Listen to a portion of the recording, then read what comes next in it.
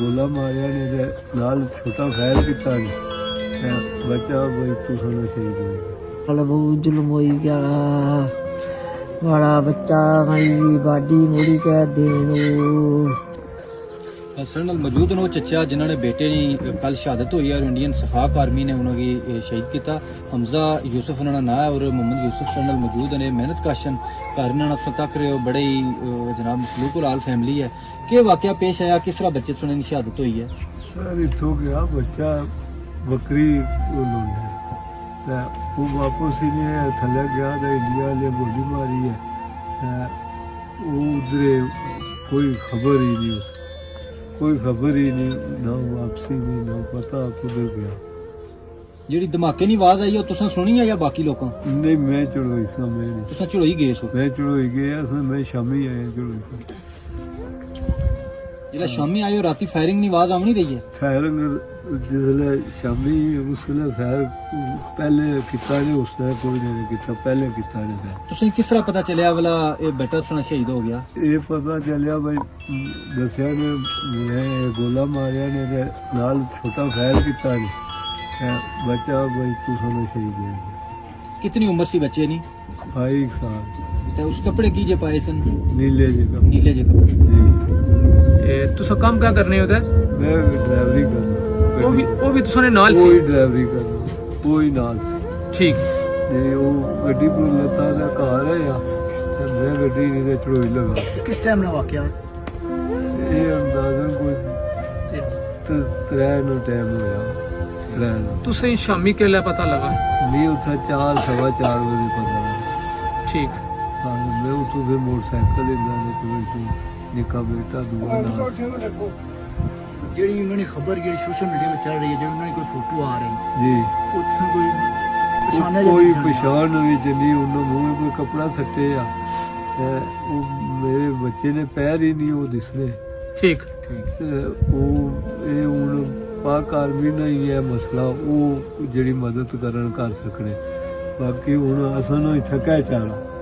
اور یہ ہماری ریکویسٹ ہے پاک آرمی اور حکومت سے کہ ہمارے ساتھ زیادتی ہوئی ہے اور ہمیں اس کا ازالہ ہونا چاہیے کیونکہ یہ بہت ہی غریب ہے۔ میرا وہ بھانجا تھا نہایت شریف آدمی تھا اور بہت اچھا تھا۔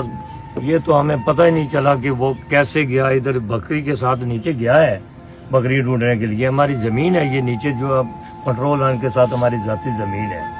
ہم ادھر جاتے آتے رہتے ہیں کیونکہ ہمارا آنا جانا ادھر ہے کیونکہ ہمارا علاقہ یہی ہے بیک ورڈ علاقہ ہے۔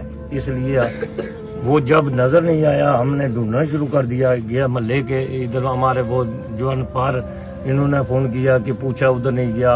ڈھونڈتے ڈھونڈتے پتہ چلا کہ یہ مائن بلاسٹ ہوا ہے اور ادھر جو فائرنگ زیادہ ہوئی ہے تو اس سے محسوس ہوا کہ ہمیں کہ شاید کہ کیا ہو گیا ہے۔ غریب فیملی نال تعلق رکھنے بھی لہٰذا پاک آرمی ایسا ہوئے گا لاکھنے کہ تسا مہربانی کرتے ہیں ڈیڈ باڈی جڑی ہے واپس کرواؤ۔ ساڑے نال بہت بڑی زیادتی ہوئی ہے کہ بکریاں چرانا سی بچا بکریاں اگیا گئیں بکریاں نے پیچھے گیا جس وقت اس وقت وہ مائن جڑا پھٹیا مائن نال انہوں فائر بہت زیادہ کیا اس تو بعد اساں بھی پتہ لگا تو اساں روڈ کی ہے پھر اساں بھی پتہ لگا۔ اللہ الرحمن الرحیم السلام علیکم جی۔ اس وقت ہم موجود ہیں سمانی آزاد کشمیر کی یونین کونسل ڈال کھمبا کے گاؤں میلا میں اور یہاں پر ایک کل افسوسناک واقعہ پیش آیا۔ حمزہ یوسف نامی نوجوان اپنی بکریوں کے ساتھ بارڈر کے بالکل پاس موجود تھا اور انڈین آرمی جو ہے وہ اس کو نشانہ بناتی ہے۔ یہاں پر ہم اس وقت ہم ان کے گھر پر موجود ہیں۔ ان کے گھر کی حالت بھی آپ کو بتاتے ہیں۔ بالکل انتہائی سفید پوش اور غریب گھرانے سے تعلق رکھتا تھا۔ ان کے والد صاحب سے بھی بات کریں گے۔ اس سے پہلے ہمارے سینئر ساتھی ہیں شجاعت اقبال۔ شجاعت بھائی آپ یہاں پر تشریف لائے، آپ نے یہ جو سارا معاملہ دیکھا، کل سے انڈینز جو میڈیا ہے ان کی رپورٹیں بھی آپ دیکھ رہے ہیں، اس سارے معاملے پر آپ کیا کہیں گے؟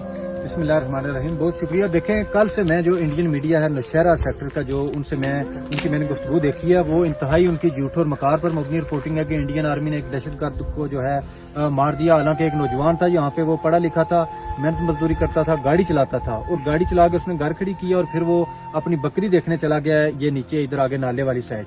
वहाँ पे वो मैन फटा है और उन्होंने उसके बाद फायरिंग किया, उसकी डेड बॉडी उठा के ले गए और वहाँ पे वो जो डेड बॉडी शो कर रहे हैं वो कोई झूठी जो है तस्वीर वो दिखा रहे हैं, उसमें उसकी बड़ी उम्र का एक लड़का जो वो दिखा रहे हैं, हालांकि ये कम उम्र नौजवान था, 20 साल उसकी 20-22 साल उसकी उम्र थी और उसको जो शहीद किया गया है। ये बहुत ही ज़ालिमाना इकदाम है और भारतीय आर्मी जो है वो अपने पता नहीं किस खास मकसद के लिए कश्मीरियों को शहीद कर रहे हैं और मासूम कश्मीरियों को शहीद करके वो दहशत गर्दी का नाम देते हैं।